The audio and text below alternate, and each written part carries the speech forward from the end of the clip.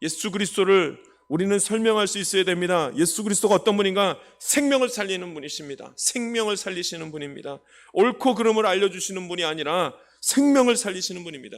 예수님을 믿었더니 내가 다시 살았습니다. 내가 살았습니다. 내가 숨을 쉬게 됐습니다. 이 말입니다. 여러분, 내가 살았다는 말을 다른 말로 바꾸면 내가 평안해졌습니다, 이 뜻입니다. 내가 평안해졌습니다. 내가 사는 것 같이 삽니다. 이건 평안하게 되었다는 말씀입니다. 하나님이 죽은 예수님을 살리셨고 그 예수님 하나님이 우리를 살리셨습니다. 왜냐하면 하나님이 우리를 향해서 약속의 자녀라고 말씀하셨기 때문에, 그러면 하나님이 약속의 자녀로 삼은 자들은 다 사는 것입니다. 말씀이 내게 임하면 다시 사는 일이 일어납니다. 예수 그리스도를 설명하라. 여러분, 설명하는 것이 무엇인가? 하나님이 예수님을 살리신 것처럼 하나님이 우리를 다시 살리셨습니다. 그 살린 증거가 무엇인가? 그것은 평안입니다. 이 땅에서 이렇게 살고 있지만 하나님을 만나고 예수님을 만나는 사람은 다시 사는 일이 벌어집니다. 그러니까 여러분, 사는데 죽은 것처럼 사는 자들이 너무 많습니다. 근심하고 염려하고 사느라 살아있는데 왜 사는지도 모르고 사는 사람이 너무 많이 있습니다. 그런데 예수님께서 함께 하시면 예수님을 믿는 자는 다시 산다 말씀하셨습니다. 이 다시 산다는 것이 무엇이겠습니까?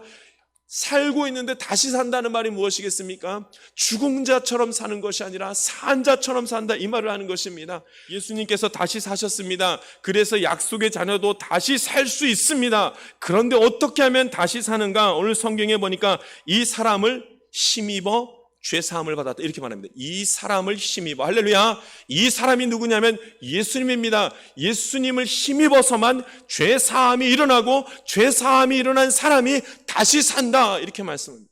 유대인들이 예수님을 믿지 못한 이유가 무엇이냐면 율법으로 구원받을 수 있다고 생각했기 때문입니다. 율법이 뭐냐면 율법은 행위입니다. 율법을 지켜라, 그러면 구원받는다, 이렇게 말하거든요. 율법을 지켜라, 그러면 구원받는다. 이걸 다른 말로 바꾸면 똑바로 사는 행위가 있으면 그러면 구원받는다. 여러분, 우리 중에 똑바로 살 수 있는 사람이 있겠습니까? 없습니다. 그래서 율법으로는 구원받을 수 없고 무엇으로 구원받는 거예요?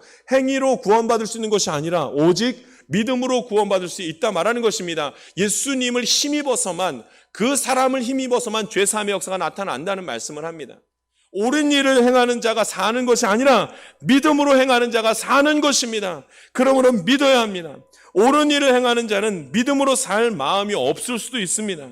왜냐하면 옳게만 자꾸 하려다 보면 내가 노력하기 때문에 그렇습니다. 여러분, 옳은 일을 할 수 없는 이가 옳은 일을 하겠다고 달려들기 시작하면 근심하고 염려하는 것밖에 할 수가 없어요. 근본적인 것에서부터 떠나갑니다. 그러나 믿음으로 사는 자는 늘 자기가 옳게 행할 수 없다는 것을 알기 때문에 믿음으로 사는 자만이 하나님께 다 맡깁니다. 하나님 도와주십시오. 약속의 자녀는 하나님의 말씀을 듣습니다. 약속의 말씀을 들은 사람은 믿었다는 뜻입니다. 약속의 말씀을 듣기를 거부하는 자만 믿지 않는 자요, 그 안에 평안이 없는 것입니다. 여러분, 우리가 다 함께 말씀을 듣지만 혹여나 우리 중에 말씀을 들어도 그 말씀을 거부하는 자가 있으면 안 됩니다. 하나님의 말씀을 함께 들었으면 그 말씀을 듣는 자가 있습니다.